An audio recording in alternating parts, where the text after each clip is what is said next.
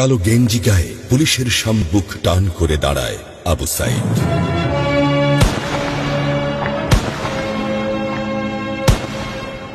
Police তাকে রক্ষা করার বদলে গুলি করে।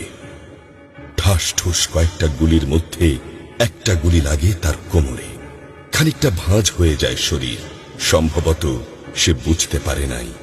ঘাড় ঘুরিয়ে কোমর দেখার চেষ্টা করে একবার, তারপর আবার আগের মতো আবার দুই হাত প্রসারিত করে সিনা টান করে দাঁড়ায়। ডান হাতে ছোট্ট একটা লাঠি। বিশ্ববিদ্যালয়ের প্রধান ফটকের পাশে বেশ কয়েকজন পুলিশ, হাতে রাইফেল, রাইফেলের তাজা গুলি, আবারও গুলির শব্দ। পরে গুলিটা কোথায় লাগলো বোঝা গেল না।